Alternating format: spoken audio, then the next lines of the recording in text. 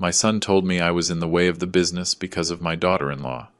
He changed the documents to his name. I just nodded. I took a deep breath and left without arguing. What nobody knew is that the very next day, I went straight to the notary. In less than an hour, I reversed everything my son had done behind my back. I sold the company, I sold the ranch, and every single asset he thought he already controlled. I cut off the monthly deposits that supported that couple, and I asked for the new owner to be notified immediately. 2 days later, the new owner arrived at the company. My son and my daughter-in-law never imagined what was about to happen. They were fired right at the door in front of everyone, without ceremony, without explanations. And that was when the calls started, one after another. 97 in total. Desperate. My son begged me to speak with the new owner. But by then I was already on a cruise ship, holding hands with my wife, watching the sea open up before us. My wife Linda was laughing beside me. Ernest, let it go. Stop counting. But I could not. Every ignored ring was a small triumph. Every desperate message without a reply was pure justice. My name is Ernest Miller. I am 67 years old, and exactly 1 week ago my son stole my company, or so he thought. Let me explain how a man of my age, whom they called a burden, managed to dismantle in 72 hours what took his son 3 years to plan. But first you need to understand who I am, who I was, and what I built with these hands that my own son now considers useless. I was born on a small ranch in Texas. My father grew corn on land that was not even his. I was the third of 7 brothers. We ate beans and bread 6 days a week. On the 7th, if we were lucky, there was a little meat. At 16, I came to Houston with $50 in my pocket and a stupid dream: to be someone. I worked as everything: a loader at the market, a helper in a mechanic shop, a truck driver. I learned that money is not given away. It is earned with sweat, with early mornings, with hunger. At 25, I met Linda at a county fair. She was selling hot dogs with her mom. I arrived wearing my first suit. It was used but ironed with pride. I bought 6 hot dogs from her, even though I was only hungry for 2. She laughed at me. "Are you going to eat all that by yourself?" "No," I told her. But I needed an excuse to stay here longer. We got married 8 months later. We had nothing. Only youth and the desire to eat the world. At 30, with a loan that took me 3 years to pay off, I bought my first used excavator. I started renting excavation services to construction companies. Linda kept the accounts in a kitchen notebook. We worked 16 hours a day, we slept 5. But we grew. In 10 years, I already had 5 machines. In 15, a fleet of 20 units and my own workshop. In 20, I founded Miller Machinery Incorporated, a company that not only rented equipment but manufactured it. We innovated. We adapted foreign technology to American needs. At 50 years old, I was the owner of a company that invoiced $4 million a year. I bought a 300-acre ranch where Linda always dreamed of raising horses. I built a 2-story house with a view of the mountains. And I gave my son Ryan everything I never had: the best private schools, university in Chicago, trips abroad, a new car when he turned 18, a position in the company without having to beg for opportunities like I did. Ryan grew up without knowing what hunger was, without knowing the humiliation of borrowing money, without understanding that respect is earned, not inherited. 3 years ago, he married Jessica. She came from Dallas, from a family with new money. Her father had made a fortune with fast food franchises, people who believed that having money made you superior, people who saw others as stepping stones. Since the wedding, Linda had a bad feeling. "That girl has eagle eyes," she told me. Calculating, always measuring. I defended her. It is just her way. She comes from another world. She will adapt. How wrong I was. The first 6 months were normal. Jessica smiled at Sunday dinners. She asked about the business with genuine interest, or so it seemed. But then she started accompanying Ryan to the office. "I just want to learn about the family business," she said. "Someday we will have children, and I want them to understand where their heritage comes from." I nodded. It seemed logical to me, even admirable. But Jessica did not come to learn. She came to conquer. She started subtly. Comments in meetings. "Mr. Miller, would it not be more efficient to automate this process? In my dad company, they already use software that reduces costs by 30%. Ryan told me that several clients have complained about delivery times. Maybe we need to review the procedures, I explained, I argued. I, who had built that company from zero, had to justify every decision to a 30-year-old girl who had never dirtied her hands with motor oil. Ryan began to change. He stopped asking for my opinion. He made decisions without consulting me. If I questioned something, he answered in front of the employees. My dad is old school. We have to modernize. The employees, those people who had worked with me for 20 years, started looking at me with pity, as if I were a relic, a burden. That word still burns in my chest. 2 months ago, Ryan and Jessica came to my office one afternoon. They had serious, rehearsed faces. "Dad, we need to talk." I sat down. They remained standing. That already seemed like a lack of respect to me. But I stayed silent. "Jessica and I have been analyzing the company," said Ryan. "We believe the moment has come to make important changes in the structure." "What kind of changes?" Jessica took out a folder. Always so prepared, always so efficient. "Mr. Miller, with all the love in the world, the company needs more agile leadership. You have done an extraordinary job during all these years, but the market changed. The competition is fierce. We need someone who is 100% focused, without the distractions of age." The distractions of age? As if my 67 years were a disease. "Jessica, I have run this company for 35 years. I know every client, every supplier, every operation." "Exactly," said Ryan. "That is exactly why, Dad. You already gave everything. You already fulfilled your duty. Now is the time for you to enjoy your retirement. Travel with Mom. Rest." "I do not want to retire." Awkward silence. Jessica and Ryan looked at each other. That was when I knew they had a plan B, Dad. Ryan took a deep breath. "We have consulted with a corporate lawyer. It turns out there are some irregularities in the legal structure of the company. Tax issues that could bring us serious problems." "Irregularities, Ryan. Notary Ross reviewed all those documents 6 months ago. Everything is in order." "Well, this lawyer is a specialist in modern corporate law. He says the best way to protect the family assets is to transfer the shares to the next generation. It is common, Dad. All family businesses do it." There was the real objective. "What do you want me to do? Sign the company over to you?" "It is not like that, Dad," said Ryan. But his voice sounded fake. "It is just reorganizing the legal structure. You would still be part of the board, obviously," Jessica added. "Mr. Miller, this also protects you. If something happens, God forbid, the company would remain in legal limbo. This way we ensure continuity." I looked at them in silence. At my son, the man I once carried on my shoulders through the streets of the ranch, the boy who cried when I left him at school, the young man who hugged me when I gave him the keys to his first car. Now that man saw me as an obstacle. "It is fine," I finally said. They blinked surprised. "It is fine?" Ryan repeated. "Yes. If you believe that is best for the company, we will do it. But I want to review all the documents calmly. Have the lawyer send them to me. I will give you an answer in a week." Jessica smiled. "Victory." "Of course, Mr. Miller. Attorney Carter will send you everything by mail." They left my office holding hands. I watched them walk away. Ryan whispered something in Jessica's ear. She laughed. I was left alone at my desk.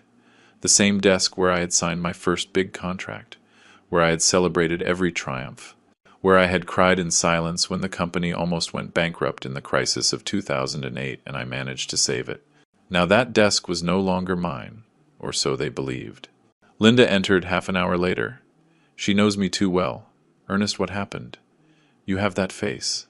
I told her everything, every word, every betrayal disguised as business advice. My wife, that woman who has shared 40 years of laughter and tears with me, sat in silence. Then she said something that surprised me. "What are you going to do?" She did not tell me to forgive them. She did not ask me to think it over. She just asked me what I was going to do. Because Linda had also seen the contempt in Jessica's eyes. She had also heard the comments. The documents arrived 2 days later. A thick manila envelope delivered by private courier.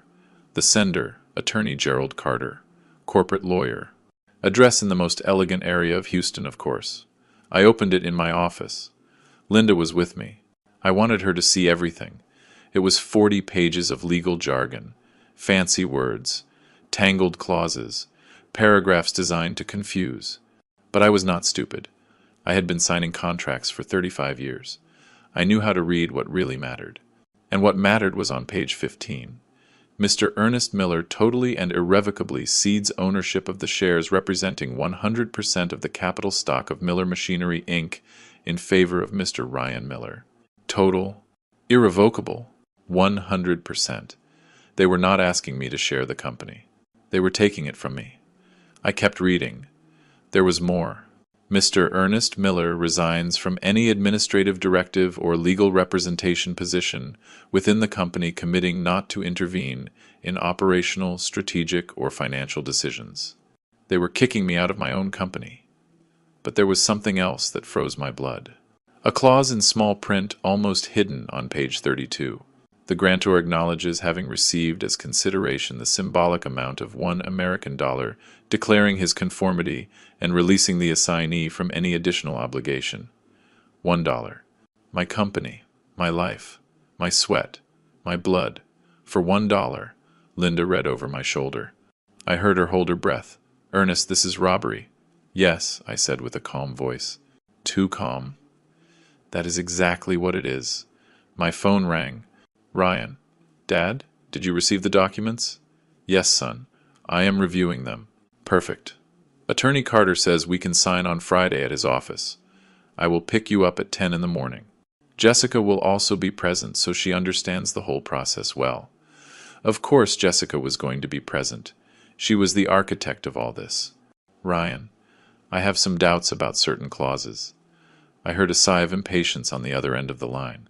Dad, that is why the lawyer will be there. He explains everything to you.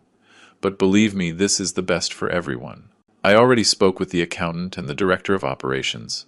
Everyone agrees the company needs this change. You spoke with my employees. My employees? Without consulting me. It is fine, Ryan. See you on Friday. I hung up before he could keep talking. Linda looked at me with those eyes I knew so well. Worry mixed with fury. What are you going to do, Ernest? I got up from my chair. I took the envelope with the documents. I walked to the window of my office. That window from where I could see the workshop, the machines, the trucks with my last name painted on the sides. I am going to go to that appointment on Friday, I said. Are you going to sign? I turned to her. I am going to sign, but not what they expect. Linda knew me too well. She saw something in my eyes. Something she had not seen in years. Determination, coldness, strategy. What do you plan? I am going to need you to trust me, my love, and accompany me in something that might seem crazy. She got up. She walked towards me. She took my hands. I have spent 40 years trusting you, Ernest Miller. I am not going to stop now. That night I did not sleep. I stayed in the home study with a cup of coffee that got cold without me tasting it. On my computer, I opened all the company files. Contracts, property titles, financial statements, bank accounts. I reviewed every document with the patience of a surgeon. I looked for every legal detail, every clause, every vulnerable point, and I found it. At 6 in the morning on Wednesday, I left the house without waking Linda. I left a note in the kitchen. I will be back late. Do not worry. Everything is going to be fine. I drove to downtown Houston. I did not go to my office. I went straight to the office of Mr. Harvey Ross. Harvey was the notary who had handled all my legal affairs since I founded the company. A man of 73 years, one of the few left. A man of his word, of honor, the kind that when they say, "Count on me, you can bet your life." His secretary was surprised to see me without an appointment. Mr. Miller, the attorney, is in. Tell him it is urgent. Please. 5 minutes later, I was in his office. Harvey received me with concern on his face. Ernest, what happened? You look terrible. Harvey, I need you to tell me the absolute truth. Do my company documents have any legal irregularity? He frowned. Irregularity? What are you talking about? We reviewed everything 6 months ago. Your company is legally solid. Why do you ask? I handed him the envelope with the documents Ryan had sent me. Harvey read in silence. His expression changed as he advanced through the pages, from confusion to disbelief, from disbelief to indignation. This is fraud, he finally said. His voice trembled with rage. "Ernest, this is dispossession disguised as corporate reorganization. Did Ryan send you this? Ryan and his wife? And Attorney Carter? I know that guy. He is a shark. He specializes in this type of operation. He helps children strip their parents of their companies. Everything perfectly legal on paper, but morally repugnant." "Is it legal?" Harvey sighed. "If you sign these documents in front of this notary they chose, yes, it would be completely legal. You would lose everything. The company, your position, your right to speak. And that symbolic dollar as payment is an insult. But technically it fulfills the requirement of consideration." I sat in the chair in front of his desk. The weight of the betrayal fell on me like a ton of concrete. "Harvey, what options do I have?" He took off his glasses. He cleaned them with a handkerchief. He took his time to answer. "Legally, as long as you do not sign, the company is still yours. Totally yours, you have absolute control, but if you sign, I am not going to sign that. But I need to do something else. Something they do not expect." Harvey looked at me intensely. "What do you have in mind?" I took a deep breath. "I want to sell the company. All of it. Complete. Before Friday." Harvey remained silent for 5 seconds that seemed eternal. "Earnest, that is. Complicated. A sale like that requires time. Valuation. Searching for buyers. Negotiations. That is why I came to you. I know you have contacts. For years you have handled sales of big companies. You know investors, corporate groups, people who have been interested in my company." It was true. During the last decade, at least 3 business groups had offered to buy Miller Machinery. I always rejected the offers. My company was not for sale, it was for my son. But my son no longer existed for me. "Ernest," said Harvey with a soft voice, "are you sure? It is your life, your legacy. My legacy was going to be for Ryan, but he decided to steal it. Now my legacy will be the most expensive lesson of his life." Harvey nodded slowly. "All right. There is a business group from Chicago, Northern Industrial Group. 2 years ago they asked me if you would be willing to sell. I told them no, but that if you ever changed your mind they would be the first to know. Call them. Ernest, they will want to do due diligence. Check the books. Negotiate terms. Tell them I am willing to sell at fair market price. No haggling, no delays. That I have all the documentation ready. That they can send their auditors today. But I need to close the deal before Friday." Harvey looked at me as if he were seeing another person. "This is extreme. They tried to be extreme with me." "I am just returning the favor." Harvey picked up his phone. "Give me 2 hours." I left his office at 9 in the morning. The Texas sun was strong. The city was waking up with its usual chaos. Trucks, vendors, the smell of coffee and gasoline. Everything seemed different to me, as if I were seeing my city for the last time with the eyes of the man I was. I drove to the ranch. I needed to be in that place. Walk on those lands I bought with the profits of 10 years of work. See Linda horses grazing calmly. Sit on the porch of the house and remember why all this had been worth it. Linda was in the kitchen when I arrived. She was preparing food as if it were a normal day, but nothing was normal anymore. How did it go? In a few hours we will know. Everything might change, my love. She left the pot on the stove. She wiped her hands on her apron. She approached me. "Ernest, are we going to lose the ranch?" "Probably." I expected tears. I expected resistance. But Linda just nodded. "This ranch is beautiful, but without dignity, without respect. It is just dirt and walls. If we have to let it go to recover our peace, we let it go. That is why I married this woman." My phone rang at 11:30. "Harvey, Ernest. They are interested, very interested. The CEO of Northern Industrial Group is flying in from Chicago this afternoon. He wants to meet tomorrow first thing in the morning. Perfect. But there is something else. I also called an acquaintance who handles luxury real estate. I told him about the ranch. He has a client from Houston looking for a property exactly like yours. Do you want to sell it too?" I looked out the window. The horses, the trees, the house we built. "Yes, sell it all." I hung up. Linda hugged me from behind. "Are you sure about this?" I have never been more sure of anything in my life. That night we had dinner in silence. Neither of us had much to say, but there was a strange peace between us. The peace that comes when you finally make a decision after months of suffering. Ryan called me at 9 at night. Dad, is everything okay? I called you at the office and they told me you did not go. I am at the ranch, son. I needed to think. Think about what? Dad, you already reviewed the documents, right? On Friday we sign, and that is it. It is simple. Yes, Ryan, it is very simple. Perfect. I will pick you up at 9:30. Jessica is very excited. She says this is going to take the company to the next level. Of course she was excited. See you Friday, son. I hung up. Linda looked at me from the sofa. Are you going to tell him before? No. Let him find out when everything is done. Thursday dawned cloudy. A bad omen, my mother would say. But I do not believe in omens. I believe in actions and consequences. At 8 in the morning I was at Harvey office. With me were 3 men in suits.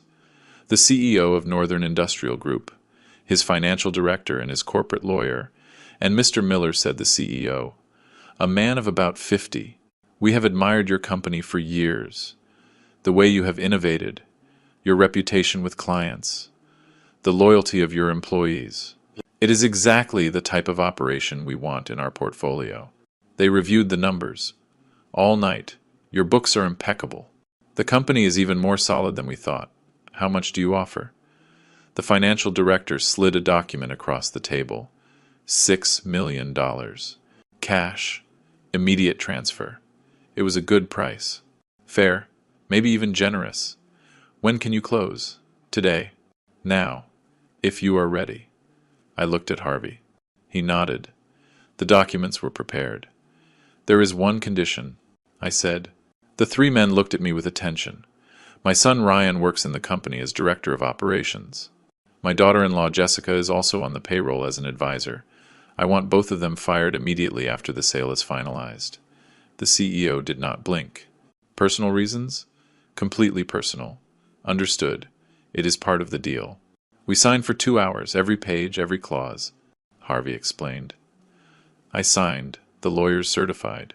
At 11 in the morning on Thursday, Miller Machinery, Inc. was no longer mine. $6 million appeared in my bank account. An amount I never imagined having altogether. An amount that represented 35 years of my life. But I did not feel joy. I only felt emptiness. Mr. Miller, said the CEO. We will take control of the facilities tomorrow first thing in the morning. Our team will arrive at 8. Do you want to be present? No. Send your people. I have nothing left to do there. We left the office. Linda was waiting for me in the car. She saw my face and knew. Done? Done. She took my hand. And the ranch? The buyer comes tomorrow at 2 in the afternoon. He offered $1.5 million. I accepted. Linda closed her eyes. A tear rolled down her cheek. The first I saw in this whole process. 40 years on that ranch. Ernest, I know, my love. I know. But there was no turning back. That afternoon I did something else. Something I knew would hurt. I entered the banking system. Ryan and Jessica had corporate cards from the company. I deposited $2,500 monthly to each of them besides their salaries. Money for expenses, for trips, for their whims. I canceled the cards. I closed the accounts. I stopped the automatic deposits. I also spoke with my accountant. Joe, I need you to stop all payments to Ryan Miller and Jessica Miller. No explanations. Just stop them. Joe, who had been handling my company finances for 20 years, hesitated. Mr. Miller, did something happen? It happened that I no longer work here. The company was sold, and they are going to find out very soon. My God, do not worry about your job, Joe. The new owners will want to keep the team, but Ryan and Jessica, they are leaving. I hung up. Linda found me in the home study that night. Ernest, you are very quiet. I am waiting. Waiting for what? Waiting for the chaos to begin. And the chaos began exactly at 8:15 in the morning on Friday. Ryan arrived punctual at the ranch to pick me up. He rang the bell 3 times. I was looking out the window. Linda was packing suitcases in the bedroom.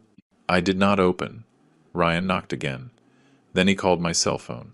I did not answer. I heard his voice outside. Dad? Are you there? We are going to be late with Attorney Carter. Silence. Ryan waited 10 minutes more. Then he left. At 8:45 I got a text message. Dad? Where are you? We are waiting for you at the notary. I did not reply. At 9:30. Another call. I did not answer. At 10 in the morning, the CEO of Northern Industrial Group arrived at the Miller Machinery offices with his full team. I was not there. But Joe told me everything afterwards. Ryan was in his office when they entered. The new owner introduced himself. He extended his hand. Good morning, I am Robert Ellison, new owner of this company. Starting today, I assume total control of operations. Ryan went white. What? What are you talking about? My father is the owner. Your father sold the company yesterday. The transaction is complete and certified. Here are the documents. Ryan took the papers with trembling hands. He read. He could not believe it. This is a mistake. My father was going to transfer the company to me today. We have an appointment. I am sorry, Mr. Miller, but I must inform you that your services are no longer required in this company. Same goes for Mrs. Jessica Miller. You are both fired effective immediately. Jessica, who had heard everything from her adjoining office, ran in. Fired? You cannot do that. This is a family business. It was a family business, corrected Ellison with a serene voice. Now it is property of Northern Industrial Group, and you two are not part of our plans. Ryan took out his phone. He dialed me. I did not answer. Jessica also dialed. I did not answer either. Joe told me that Ryan started shouting, that Jessica cried, that they threatened with lawsuits, that they called Attorney Carter, who could do absolutely nothing because the sale was completely legal. At 11 in the morning, security escorted them out of the building. My son expelled from the company I built, the company he tried to steal from me. The calls began. 1, 2, 5, 10. I was at the ranch packing the last things with Linda, seeing my phone vibrate again and again. Are you not going to answer? She asked. Not yet. At 2 in the afternoon, the buyer of the ranch arrived, a businessman from Houston looking for a quiet place for his family. He liked everything. We signed. $1.5 million transferred. Linda said goodbye to the horses. She stroked their noses one by one. She cried in silence. I loaded the suitcases into the car. At 4 in the afternoon, we left the ranch for the last time. Linda turned to see it disappear in the rearview mirror. I kept my eyes to the front. Where are we going, Ernest? To the airport. I have a surprise. At the airport, at the counter of a cruise line. I picked up 2 tickets. 15 days through the Caribbean, I told Linda. We leave in 2 hours. She looked at me with eyes full of tears. Ernest, you always wanted to see the Caribbean. I always promised you, and I never had time. Now I have all the time in the world. In the boarding lounge, my phone kept vibrating. Ryan, Jessica, Ryan again. Unknown numbers. Desperate text messages. Dad, answer, please. Mr. Miller, we need to talk urgently. What did you do? Why did you sell everything? Dad, we were fired. We have no job. We have no money. Every message was music to my ears. Linda noticed. Ernest, you are smiling. Yes? Yes, it is the first time I see you smile in months. We boarded the plane. I turned off the phone.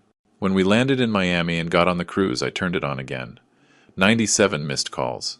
97 attempts by my son to contact me. 97 times I decided that my dignity was worth more than his regret. Now I am here on the deck of this ship telling you this story. Linda is sleeping in the suite. Outside, the sea is infinite. The sun is setting. There is music in the distance, and I finally breathe in peace. The sea was calm that first night on the cruise. I was not. Linda slept deeply in the king-size bed of our suite, exhausted by the emotional weight of the last days. I was on the private balcony with a glass of whiskey in my hand, watching the lights of the port of Miami disappear in the distance while the ship entered the darkness of the ocean. My phone rested on the table. I had turned it on again out of curiosity. Mistake. 103 missed calls now, 6 more since we boarded. 42 text messages. I decided to read them. I do not know why. Maybe I wanted to confirm I had done the right thing. Maybe a masochistic part of me needed to see how far my son's despair had gone. The first messages were of confusion. Dad, where are you? Attorney Carter says you did not arrive at the appointment. Did something happen?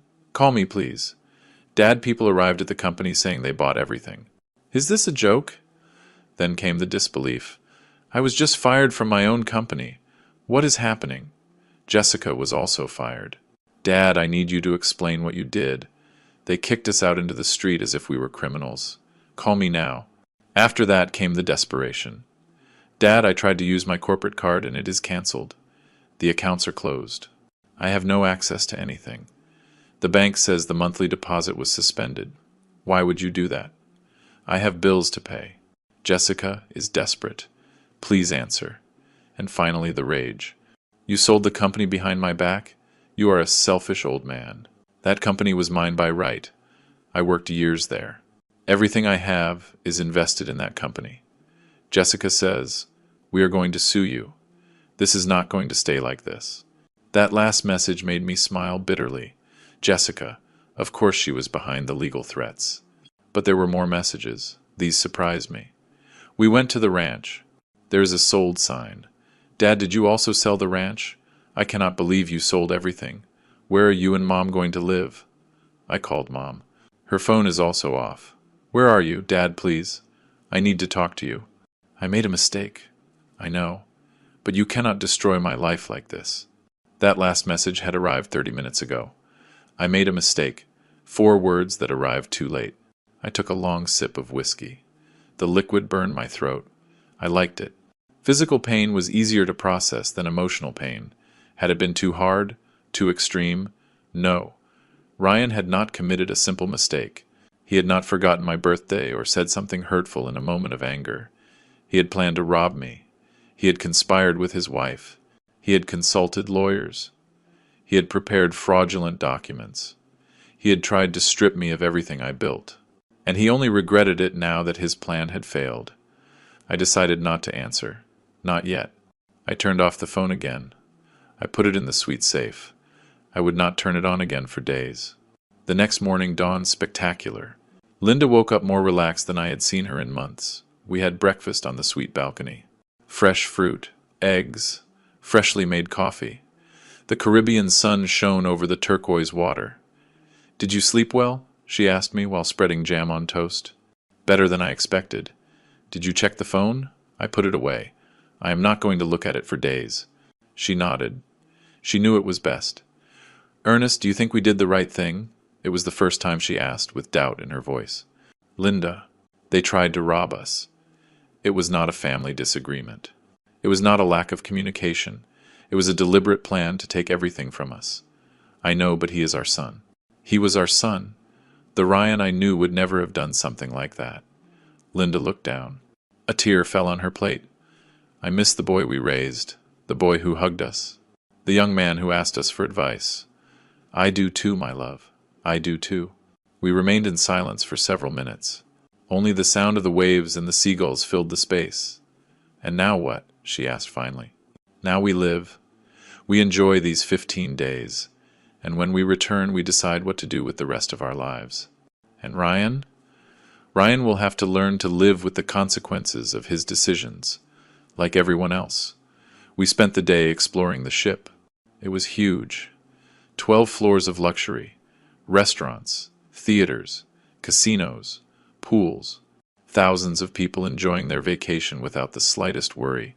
For the first time in months, I also allowed myself not to worry.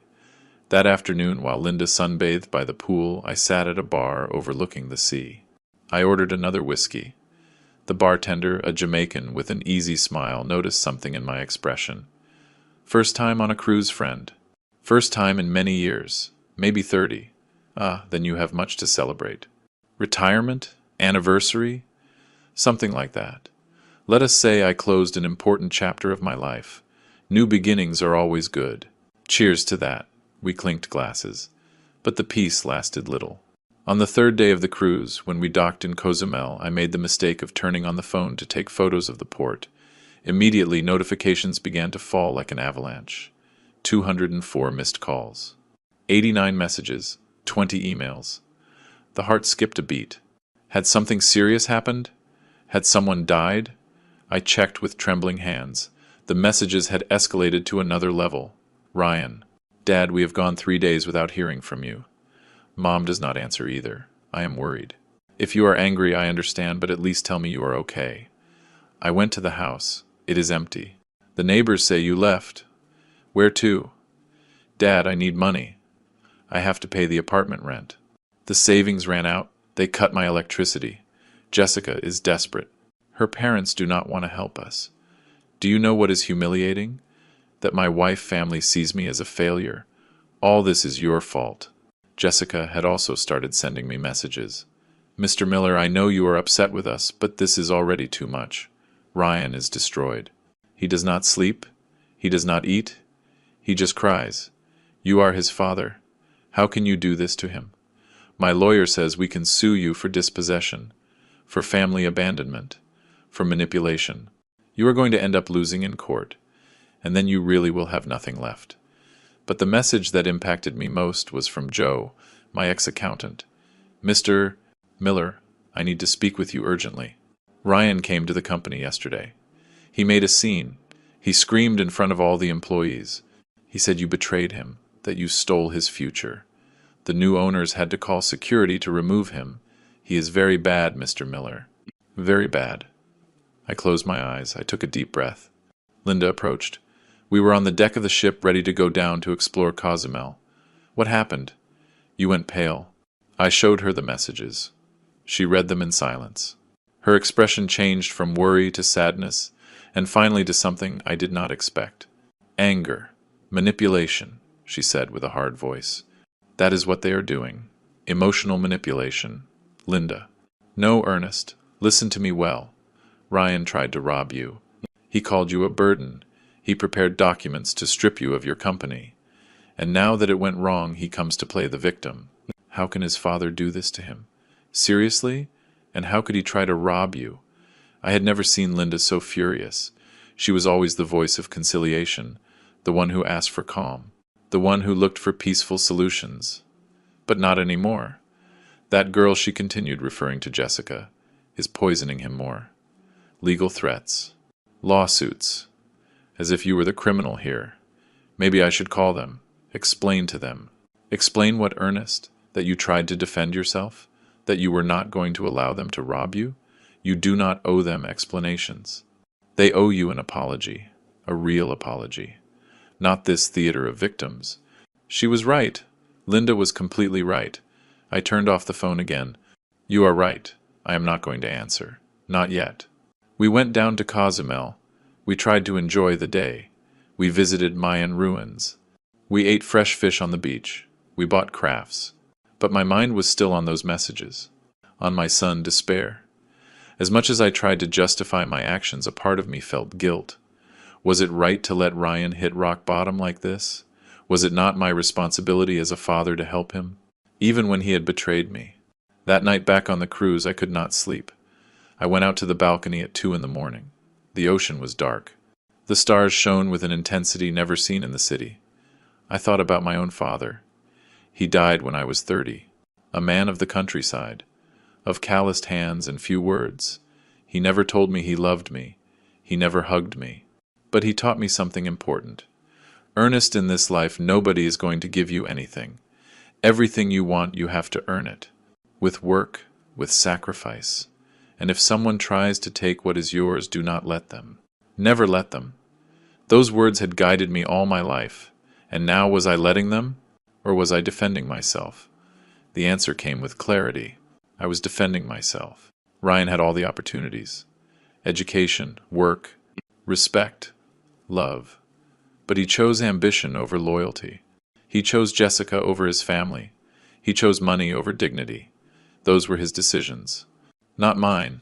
On the 5th day of the cruise, on an island called Grand Cayman, I finally turned on the phone again. 308 missed calls. 122 messages. But this time there was something different. Messages from other people. My sister Rose. Ernest, what is happening? Ryan called me crying. He says you sold everything and abandoned them. Is it true? My cousin Hector. Buddy, I heard about the business. Ryan is going around saying you went crazy. That Linda and you disappeared. Call me. My buddy Julian. Ernest, I need to know your version of the story. Ryan came to my house asking for borrowed money. He says you left him on the street. What really happened? Ryan was moving the family, painting me as the villain, seeking support, seeking money. Typical. I decided to answer only my buddy Julian. He was a fair man, a businessman like me, someone who would understand. I dialed him. He answered on the second ring. Ernest, finally. Buddy, where the hell are you? In the Caribbean. On a cruise with Linda. Silence on the other end. On a cruise. But Ryan said that. Julian, let me tell you what really happened. And I told him everything. From the beginning. The slights, Jessica comments. The plan to steal the company. The fraudulent documents. The transfer for $1. Julian listened in silence. When I finished, I heard a deep sigh. Son of a... Do you believe me? Of course I believe you, buddy. I have known Ryan since he was a kid. He was a good boy. But that Jessica, since he married her, he changed. My wife also noticed. There are women who poison Buddy, and your daughter-in-law is one of those. What exactly did Ryan tell you? That you became paranoid, that you sold the company without warning him, that you left them without work and without money, that Linda and you disappeared and he is worried. He asked me for $50,000 borrowed to pay his debts. And did you lend it to him? No. I told him first I needed to speak with you. That is why I am glad you called. Buddy, what are you going to do? Nothing. Let him learn. He is your son, Ernest. He was my son. The son I raised would not have betrayed me like that. Another silence. I understand your anger, but the boy is desperate. I saw his face when he came. He is destroyed. Good. Let him know how it feels. Ernest. Julian. You have 3 children. Hardworking. Respectful. What would you do if one of them tried to steal your company? He did not answer immediately. Probably the same as you, he admitted finally. But it would hurt me, buddy. It would hurt me a lot. It hurts me. Every day. Every hour. But my dignity is worth more than my pain. I understand you. But be careful, Ernest. A wounded son can do unpredictable things. And that Jessica seems like one of those who do not stay with crossed arms. Let them do what they want. The law is on my side. I sold what was mine. I did not commit any crime. We said goodbye. But his words stayed spinning in my head. A wounded son can do unpredictable things. On the 7th day of the cruise, we were in Jamaica, Montego Bay. Linda and I snorkeled in crystal clear waters. We saw colored fish that seemed painted. We ate jerk chicken in a restaurant with our feet in the sand. For moments I managed to forget everything. For moments I was just a 67-year-old man enjoying life with his wife. But the moments did not last. That night, while we dined in one of the elegant restaurants of the cruise, my phone vibrated in my pocket. I had turned it on to take photos during the day. A message from an unknown number. Mr. Miller, I am attorney Gerald Carter, the lawyer who prepared the documents for the transfer of your company. I need to speak urgently with you. Ryan Miller and Jessica Miller have hired me to initiate legal actions against you. Call me, please. The bite of food got stuck in my throat. Linda noticed my expression. What happened? I showed her the message. She pursed her lips.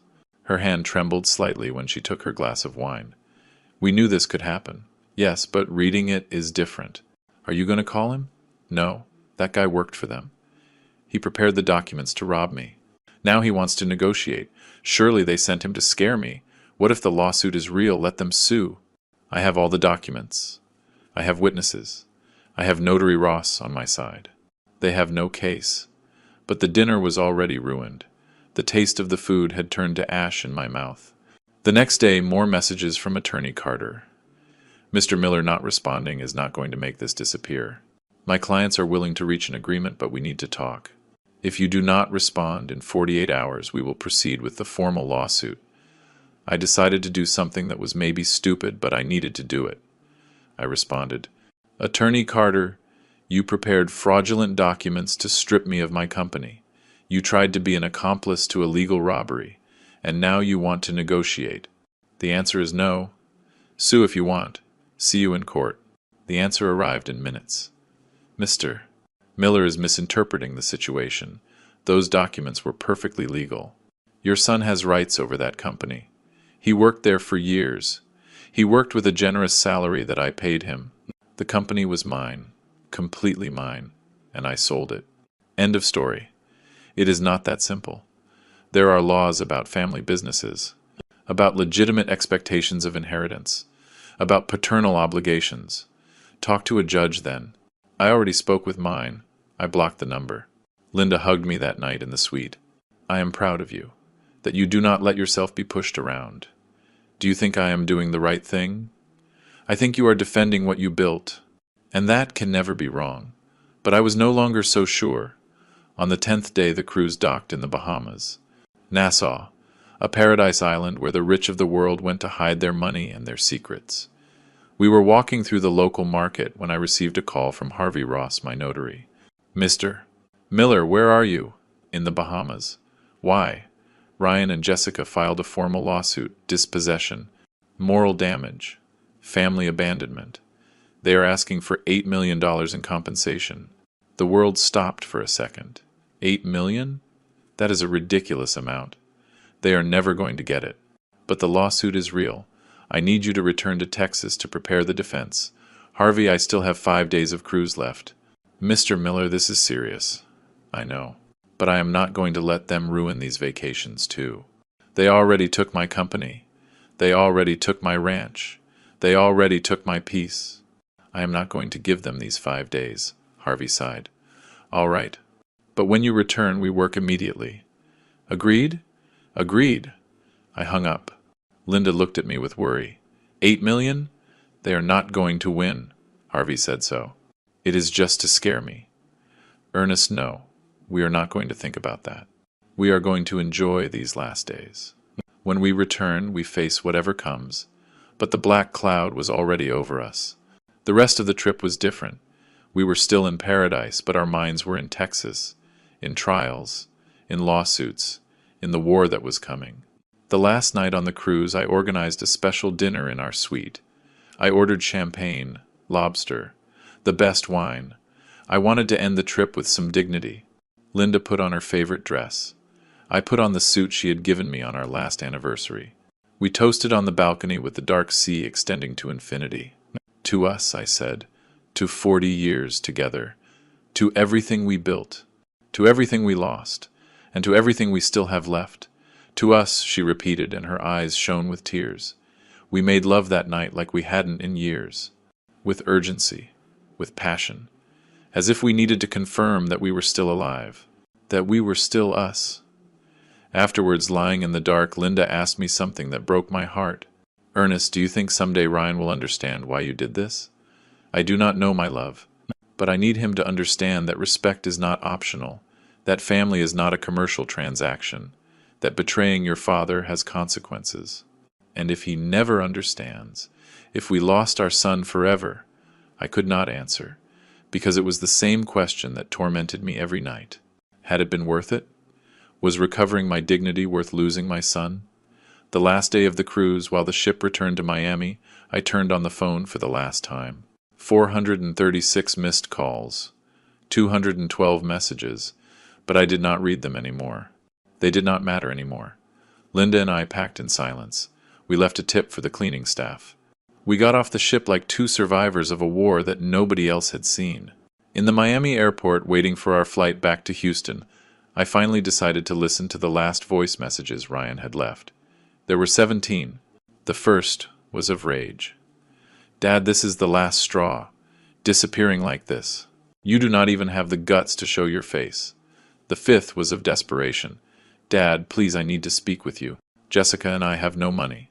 They are going to kick us out of the apartment. The 10th was a plea. Dad, I made a mistake. I admit it. But I do not deserve this. Please call me. The last message had arrived just 6 hours ago. It was different. Ryan's voice sounded tired. Defeated. Dad, I do not know if you are going to listen to this. Probably not. Probably you already erased me from your life. Jessica says you are a cruel old man who stole our future. But I just want to know if you are ever going to forgive me, if we can ever talk again, because I miss my dad. Even if I was an idiot, even if I tried something unforgivable, I miss you, Dad, and I am sorry. I am truly sorry. His voice broke at the end. I heard a sob before he hung up. Linda saw tears rolling down my cheeks. What did he say? That he is sorry. That he misses me. Are you going to answer him? I looked at the phone. I looked at my wife. I looked at all the people in the airport, living their lives without any idea of the pain I carried. Not yet, but soon, because there was something Ryan needed to understand. Forgiveness is earned, it is not begged for, and I needed to know if his regret was real, or just another manipulation to recover what he had lost. We boarded the plane back to Texas, back to face the lawsuits, the trials, the divided family, the looks of pity or judgment, but also back to rebuild, to decide what to do with the rest of our lives. Because for the first time in 35 years, I was completely free. I had no company to manage. I had no ranch to maintain. I had no employees to worry about. I only had Linda, $8 million in the bank, and a whole life ahead. The question was, what was I going to do with it? And more importantly, would I ever see my son as my son again, and not as the man who tried to rob me? Those answers would arrive soon, very soon. The plane landed in Houston at 8 at night. Rain, of course it was raining, as if the sky wanted to give the perfect welcome to our return to reality. Linda and I went through customs in silence. We collected the suitcases. Neither of us wanted to leave the airport, because outside everything we had left pending waited for us. In the taxi on the way to a hotel I had reserved from Miami, I turned on the phone for the last time. 500 missed calls. I did not count them all. The number did not matter anymore. But there was a message from Harvey Ross that I could not ignore. Mr. Miller, I need to see you tomorrow without fail. The lawsuit advanced faster than expected. There is a preliminary hearing in 3 days. And there is something else you have to know. Call me as soon as you arrive. Something else you have to know. Those words put a knot in my stomach. I dialed him from the taxi. Mr. Miller, are you already in Houston? I just arrived. What is happening, Harvey? What is that something else? I heard a heavy sigh on the other end. It is better we talk in person. Tomorrow at 9 in my office. Harvey, do not do this to me. Tell me now. Another silence. Ryan went to the media, to a local news program. He gave an interview. The world stopped. What? He told his version of the story. He said you stripped him of his heritage, that you sold the family company behind his back, that you left them on the street without explanation, that you disappeared with his mother and nobody knew if you were alive. That son of a... Ernest, control yourself. I know you are furious, but we have to handle this with intelligence. Public opinion can affect the case. When did that interview come out? 4 days ago. It went viral on social media. There are thousands of comments. The majority. The majority is on his side. On Ryan's side, yes. They paint him as the victim, the hard-working son stripped by a selfish father. You do not look good in this, Mr. Miller. I hung up. My hands trembled with rage. Linda looked at me with terror. What happened? Ryan spoke to the media. He is defaming us publicly. My God. I asked the taxi driver to take us directly to my sister Rose's house. I needed to see that interview. I needed to know exactly what my son had said. Rose opened the door with a face of surprise and relief. Ernest, Linda, thank God you are okay. I have been trying to locate you for days. I know, Rose. I am sorry. Did you see Ryan interview? Her expression changed to discomfort. Yes, I saw it. Show it to me. We entered her living room. Rose took out her tablet. She searched on YouTube. There it was. Son denounces father for dispossession of family business. Full testimony. 400,000 views. I pressed play. The screen showed Ryan sitting in a television studio. He looked gaunt. Deep dark circles. Beard of several days. The perfect image of a destroyed man. The host, a woman of about 40 with a sensationalist tone, began. Ryan Miller worked for 10 years in his father company, a family business that he believed would someday be his. But everything changed in a week. Without prior warning, his father sold everything and disappeared. Ryan, thanks for being here and sharing your story. Ryan wiped his eyes. Perfect acting. Thanks for receiving me. It is hard to talk about this, but I need people to know the truth. Tell us what happened exactly. My father is a man I admire, or admired. He built an incredible company from zero. He taught me everything I know about business. I worked by his side for years. I thought we were a team, that someday I would take the reins and he could retire calmly. And what changed? My wife Jessica. She started helping me with ideas to modernize the company. My dad took it as a threat, as if we wanted to take his place. He started distancing himself, making decisions without consulting us. Lies. Pure lies. The host nodded with fake empathy. And what happened next? One day he told me we had to talk about the future of the company. I thought he was finally going to formalize my position as his successor, but it turned out he had already sold everything, behind my back, without telling me anything. I arrived at the office and there were new people. They told me I was fired, that the company no longer belonged to my family. And your father? Disappeared? He and my mom. They turned off their phones. Nobody knew where they were. I thought something bad had happened to them. His voice broke, perfectly timed tears. The host handed him a tissue. Ryan, did your father give you any explanation? None. To this day I do not know why he did this. Why did he punish me like this? I worked hard. I gave everything for that company, and he simply erased me from his life. How are you surviving? With difficulty. My wife and I lost our income from one day to the other. We have debts. The landlord of the apartment where we live is pressuring us. My savings ran out and my dad still does not answer. Have you tried contacting him? Hundreds of times. Calls. Messages. Nothing. It is as if his own son did not exist. The host turned to the camera with a dramatic expression. A heartbreaking story. A father who abandons his son without explanation. Without compassion. We will continue following this case. The video ended. I stood looking at the blank screen. Rage boiled inside me. Linda had her hands over her mouth. Rose looked at us without knowing what to say. Is any of that true, Ernest? My sister finally asked. What do you think, Rose? Do you know me or not? I know you, but Ryan is your son. I do not understand what could have happened for you to reach this point. I told her everything. The complete truth. The fraudulent documents. The plan to strip me. The word burden. The transfer for $1. Rose listened with her eyes opening wider and wider.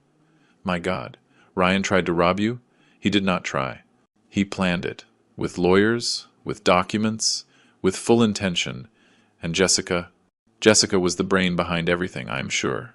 Rose shook her head slowly. I never liked that girl. Always so calculating. But Ryan? Ernest? Ryan was a good boy. Was. I do not know who he is now. We stayed at Rose's house that night. We had nowhere else to go. The ranch was sold. The main house, too. I could not sleep. I kept thinking about that interview. About the lies. About the manipulation. At 3 a.m, I made a decision. If Ryan wanted public war, he would have it. At 9 sharp, I was in Harvey's office. Mr. Miller, you look terrible. I did not sleep, Harvey. I want to make a public statement. My version of the facts. It is not a good idea. In legal cases, speaking publicly can. I do not care anymore. My son painted me as a monster. People believe I am a cruel father who abandoned his family. I need them to know the truth. Harvey sighed. All right. But we will do it intelligently. No emotional television interviews. We will make a formal statement. With documents backing your version. Do you have copies of the papers Ryan wanted you to sign? I have everything. Every document. Perfect. Let us prepare a devastating response. We spent all day working. Harvey drafted a 3-page statement. Clear, direct, with verifiable facts. Mr. Ernest Miller responds to the public accusations of his son Ryan Miller, clarifying the real facts. 1. Mr. Ernest Miller founded Miller Machinery, Inc. 35 years ago with his own capital. The company was always his sole property. 2. His son Ryan worked in the company for 10 years with a salary above market value, additional benefits, and the expectation of learning the business. 3. In recent weeks, Ryan and his wife Jessica presented Mr. Nate Miller with documents transferring the totality of the company to Ryan name with a compensation of $1 American. 4. Said documents were prepared without the knowledge or consent of Mr. Miller, constituting an attempted dispossession. 5. That Mr. Miller, in exercise of his legitimate right as sole owner, decided to sell the company to a third party to protect his assets. 6. Mr. Miller deeply regrets that his son has chosen to publicly defame him instead of accepting the consequences of his actions.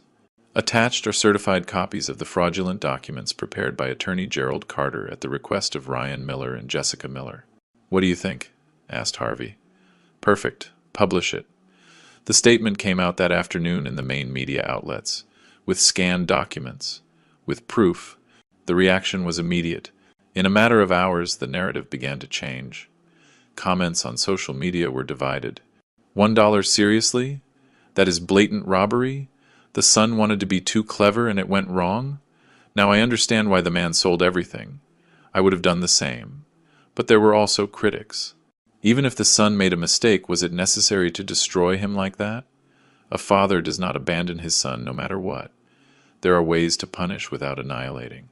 Ryan responded that same night with another video on social media. From his apartment, without professional makeup, more credible. My dad published a statement lying about me. Those documents he shows were prepared by recommendation of a legal advisor who told us it was the best way to protect the family assets against tax changes. It was never our intention to steal it. We just wanted to modernize things. My dad misinterpreted everything and decided to destroy me. That is the truth. More lies, but effective. The media war was declared. 3 days later came the preliminary hearing. The courthouse was in downtown Houston, an old building with narrow corridors and a smell of humidity. I arrived with Harvey at 8 in the morning. Linda stayed at Rose's house. I did not want to subject her to this. Ryan and Jessica were already there with Attorney Carter. It was the first time I saw my son in person since everything exploded. He looked terrible. He had lost weight. His clothes were too big. He had the look of a defeated man. Jessica, on the other hand, looked furious. She looked at me with pure hate. Ryan saw me. For a second our gazes crossed. I saw pain in his eyes. Regret. Shame. But he did not approach. Carter. Did you enjoy my story? What a journey it has been. I truly wonder, what would you have done if you were in my shoes? Would you have chosen silence to keep the peace, or would you have done what I did to reclaim your dignity? Let's meet in the comments below. I'm so curious to hear your thoughts. I'm reading every single one. Which city are you listening from tonight? If my story resonated with you, you can support me and help me bring more stories like this to the world by sending a super thanks.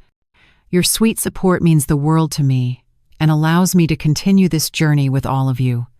On the screen now, you can see 2 new life stories that I highly recommend you watch next. There are so many more on my channel, each with its own lessons and triumphs. Don't forget to subscribe and click the notification bell so you never miss a new chapter. Thank you for being here with me. Until the next story, with love and respect.